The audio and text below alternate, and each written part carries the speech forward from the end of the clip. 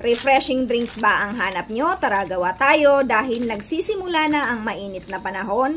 Tamang-tama itong strawberry jelly drinks na isi-share ko sa inyo.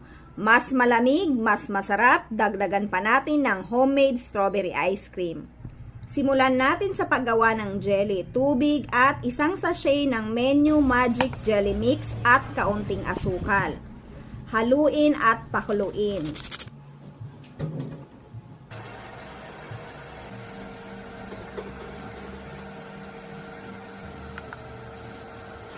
Ilagay sa tray at hayaang mabuo at kapag buo na, i-slice ng maliliit.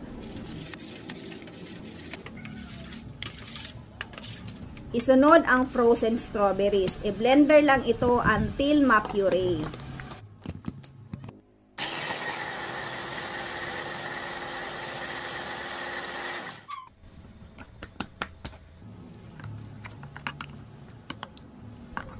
Napakadali lang nitong gawin. Cook sa go. Jelly cubes na ginawa natin.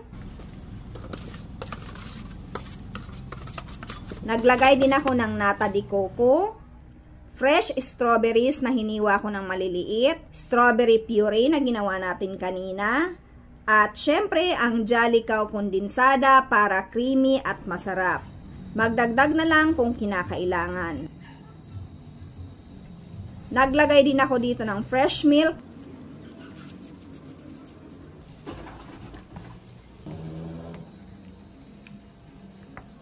At syempre ang yelo. Gumawa lang ako ng sariling ice cube gamit ang Hycon Ice Cube Maker na ipinakita ko sa inyo before.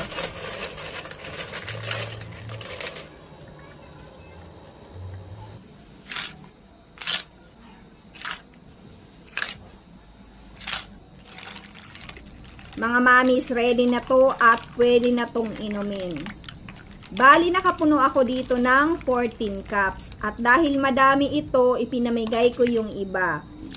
Pero dahil may ginawa ulit akong strawberry ice cream at gustong gusto ko talaga to, naglagay din ako ng isang scoop. Nagustuhan namin to ni Kuya at ni Mister. Pero si Bunso ayaw niya na may ice cream sa ibabaw. Mas gusto niya yung jelly drinks lang.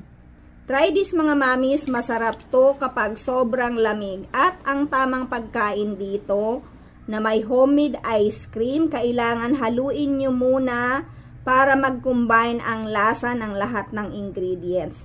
Para mas ma-appreciate nyo ang sarap.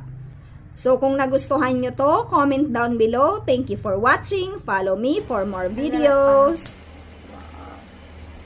I-mix muna natin. Kung siya ka-creamy.